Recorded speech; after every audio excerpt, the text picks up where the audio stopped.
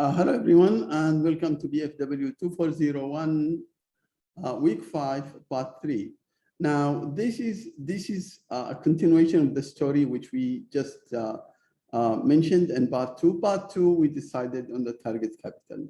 Now, we decided the target capital now, and we are growing where we can finance this growth while maintaining that what we call capital target. So usually we increase our capital from the net income coming from last year after we deduct the dividends. So that part which comes after we take off the dividends from the net income from last year called the retained earning. So that retained earning is actually whether it's going to go up or down depends on how much dividends we are going to pay. So are we going to get the dividends if we are growing, or are we going to keep stable level of paying of dividends payout whether we are growing or not growing? This is the story that we are trying to explore this time. So if you allow me to share, and I think I can also go fast over this this part. So we are talking about the internal or organic source of capital. This part we already finished. And you can see this is part 3. So this part we already finished in part 1 and part 2. This is what we are trying to finish here. And then this will be left for the 4th part, including the calculation. Now, coming here, we know the source of capital. Either it can be generated from the internally, which means the retained earning that is left after left from the income after we pay dividends, or we can get it externally, which means just issue a new capital. And what do you mean by issue new capital? Just sell more shares of the bank or the company to the market and increase your equities. So the question is, what is the projected level of internally generated capital from retained earning? How much I could get and keep from the retained earning? And if I already have set the capital target, now if I am going with this, because as I told you, if I want to grow means I'm going to get more loans, means I'm going to increase my assets. So if I'm going to get more loans or make more investments, which means increasing my assets, I have to have this capital proportional, which means the capital target, which means how much is it? Assuming it's 10%, I already decide this is the target capital that actually will maximize the shareholders' wealth and will buffer my expected losses. So, and this, if I keep this in mind, which is a very important issue, because I will set the capital target, if I have the same level of risk over the years, then I will keep the same target capital. I will not change it by issuing more assets so the capital will decrease. So in this case, if I'm depending on the internal capital, any increase in the capital, I can be associated with the same percentage of increase in the total assets. And by that way, I can keep myself under the target capital for a long time. So for example, if I have a bank who has 100 billion of assets, and then the target capital, which you already have set previously, is 10 billion. So we are talking about 10%. Now, because of the profit and all these things, and I have profits, and then that profit was, part of it was distributed as dividends, part of it keeps as retained earning. If that retained earning, which you called it the increase in capital, is say 2 billion. So now I have a capital of 2 billion. I can go ahead now and increase my asset by the same percentage. So I increase the capital from 10 to 12. I will increase the asset from 100 billion to 120 billion. So if you divide 120 billion over the 12 billion now, you will keep having the 10%, which you have it previously. End of the day, you are keeping the 10% capital, which is the target capital all the time. This is a very passive way to do it. Just have whatever increase in capital happens during the year, you increase your assets. Now, this is a very passive way to approach it.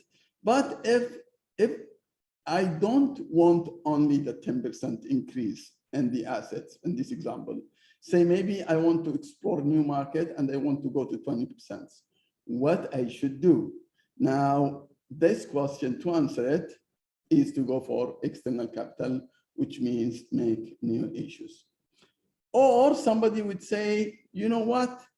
I might just play without issuing more capital and going to all this headache. I can just decrease my dividends. Can I do that? This, we will answer this question in a way, in a moment. Now, come back to the principles.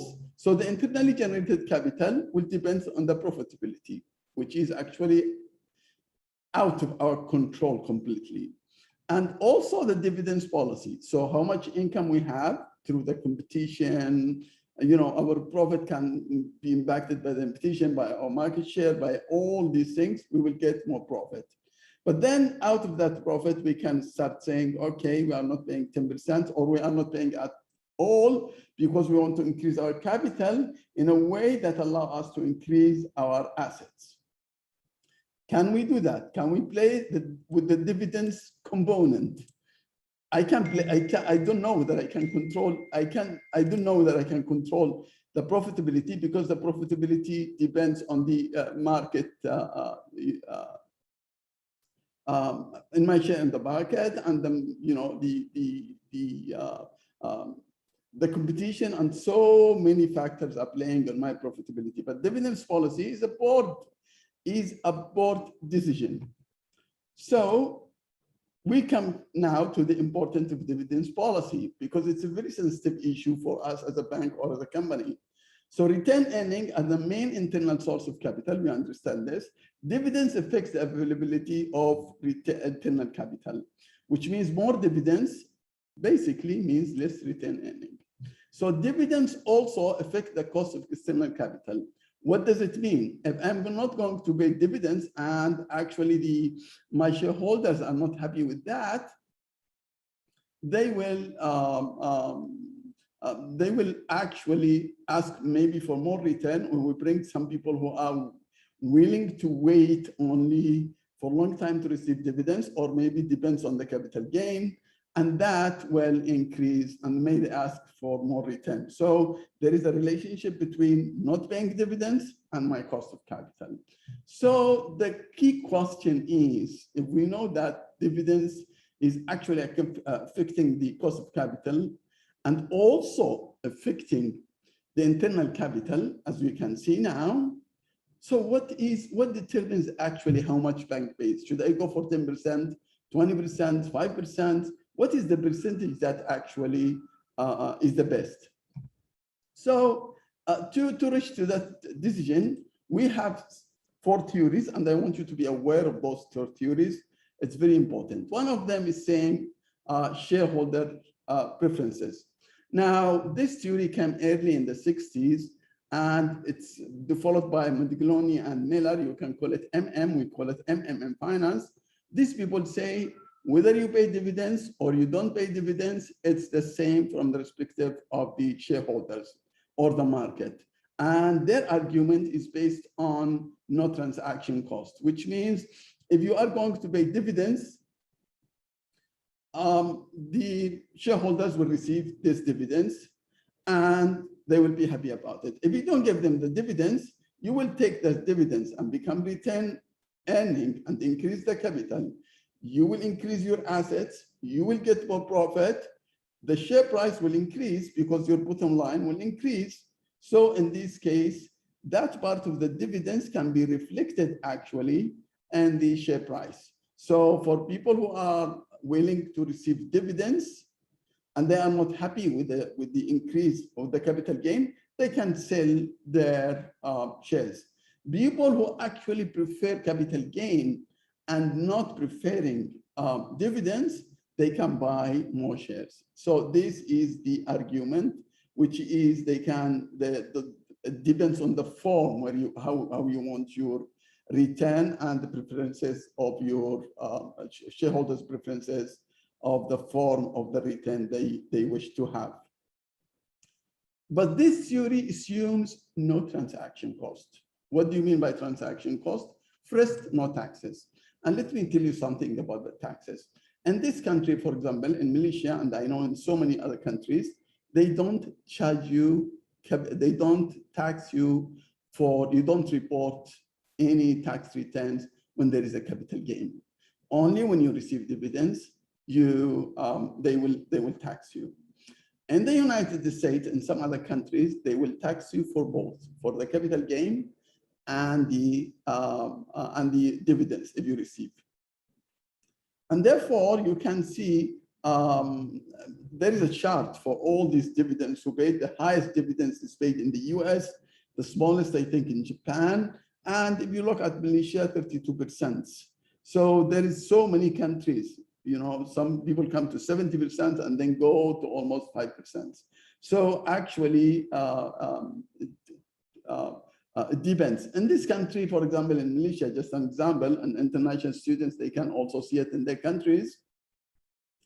We have mostly family firms. And those family firms, actually, the family will own the company.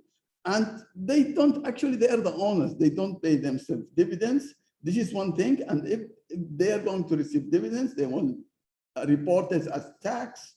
And it will be tax deductible. And therefore, the dividends is not as much as other countries, for example, like the US. The transaction cost is the tax or any personal money management reasons. So this is actually the transaction cost. So M&M, which is the first theory, assumes tax. There is no tax and there is no any other transaction cost.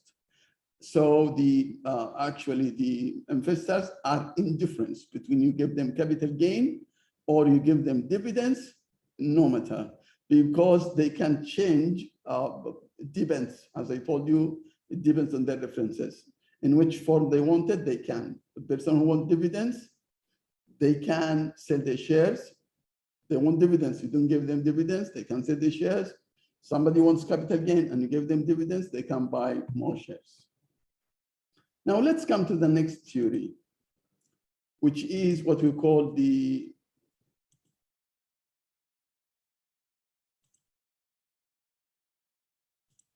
second theory called clientele theory. And this can be very clear.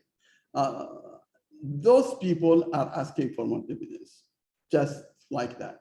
And this is actually mostly in the US and those countries who have more people who have, especially those people in pension, and then they go and invest in companies and they receive dividends. They need to receive dividends to survive, actually, for expenses like salaries. And this is why in the United States, dividends are paid quarterly. It's not annual basis. They receive it in quarterly basis and they keep spend from that dividends based on their investment. So if you just say, no, there is no dividends, and you know most of your shareholders are of this type, it's a disaster because they would sell all the shares. It's a matter of survival now because they cannot, survive. I mean, this is, if we talk about the US, you can talk about other countries with different circumstances. If they have, similar settings. So we talk about clientele theory, it's more dividends and more frequent dividends. Let's go to this theory. Agency cost. Agency cost is just the opposite. Now, agency cost is claiming that you need more dividends. They call for more dividends. This theory called for more dividends because they say if you leave the money inside the company, it just you give the management more resources to abuse it. So you take as much as you can and let them, the management spoil whatever less money is there. And they think by that, they decrease the agency cost because one of the agency costs is the misuse of the resources. And therefore, managers may not act and be, as I told you, in the best interest of the shareholders. So the shareholders' preferences now in this case is to have more dividends, because that will lead to less fund available for manager to misuse. Maybe this is the most important word among all those words here, the misuse. Okay, now let's go to come to the signaling theory. And this is actually a most common theory. Now the signaling theory, as you said, as I told you before, dividends is actually thing that will please in general the shareholders. But if you are growing, now you have to do something about it, because you want more, you want to retain more dividends and just give zero or less dividends. But there is a risk here. And in this case, you want to signal power and you signal strength and stability of the bank or the company. So in this case, you have to express or show to the shareholders that you are paying dividends and in the same time you are growing. And you are combining these two contradictory issues and making magics, so being so able to pay dividends and so able to grow, which is actually contradiction. And this is, I think I have taken 2 or 3 reports from Malaysian banks, and I have uploaded for you in the tutorial. Look at it. Those 2 people, I think 2 of those banks, one of them, I think Public Bank, and the other one is Maybank. 2 of them are saying we are growing in the annual reports. We are growing and we are paying more dividends. Public Bank even saying they paid 2 times or 2 times dividends during the year. So that actually what you call signaling theory. Signaling theory means you signal your power in the market. So the issue like this, decrease in dividends signal bad performance. If you're paying, for example, if you're paying a dividend of 15% of the operating income, and next year, and you receive $1, for example, as a dividend, maybe next year the operating income increased and you received $1.5, but actually it is not 15% of the operating income. It's only 10%. That signal a bad performance. Don't do it. Now, what you do is you have to divide establish what we call stable dividends management, and show that because if you have a stable dividend signaling management in control, if you have a stable dividends, that will signal actually a management that is in control and will give a positive effect to the share price. The first one will give a negative effect if you start decreasing the pay ratio, the payout ratio, even if you are increasing what you are paying, but you are decreasing the percentage, that is actually a negative effect. Now, the bottom line is like this. The solution for all those issues to be stable is to set up what we call a dividends ratio. And this dividends ratio should be stable all the time and all of the years. Now, somebody will tell me, sir, is this something like dividends smoothing? So whether we are increasing the dividends or whether return earning increasing or decreasing, we're still paying the same level of money, same level of dividends, so the shareholders are happy? No. Dividend smoothing is something else. This is stapling the what we call the ratio. So the ratio is total dividends payment over the net operating income. So maybe you say this is 50%. You are paying 50% of your operating income. So your operating income increases or decreases, you keep with the 50%. You make 100 billion, you make 50 billion profit, then in this case, you pay 25 billion. Or maybe 25 billion, which is the 50%.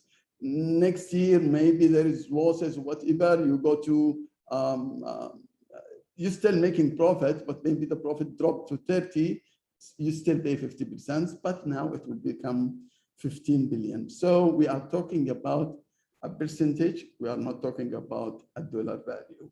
Please understand this issue. So the effect dividends will rise if operating profits rise, and vice versa. If the operating profit goes down, the dividends will decrease based on the in dollar value, but the percentage stay the same. Now, I think this is the end of it. I just want to share with you other reports from the Australian Bank. They take this issue very seriously. Now, Westpac, for example, and NAB, which is National Australian Bank. Now, these people are saying this is actually the management, and they're telling this announcement, and they're telling the shareholders that they want to retain the capital because that will generate more profit and make more strength, and this is why they decided to decrease, to stop paying dividends. But they have to talk to the shareholders and tell them what is the reason. This is actually announcements. They understand that some shareholders are interested in dividends, but they say they take that to consideration. National Australian Bank also announced its announcement after NZ, which is Australian New Zealand Bank. We have 4 big banks: NAB, Westpac, NZ. So, and this also we're talking about. We intend to reduce our dividends to bolster our capital position as environment weakens. So these people are also calling for less dividends, but they need also to talk to their to their shareholders. With this, I conclude. So the take-home issue from this part is the internal capital that affected by profitability and dividends. But dividends is not an easy issue to decrease it or increase it. It has to be, it is a very sensitive issue, and it's governed by a few theories. Thank you very much. I stop this part, and I will see you in the next part. Thank you.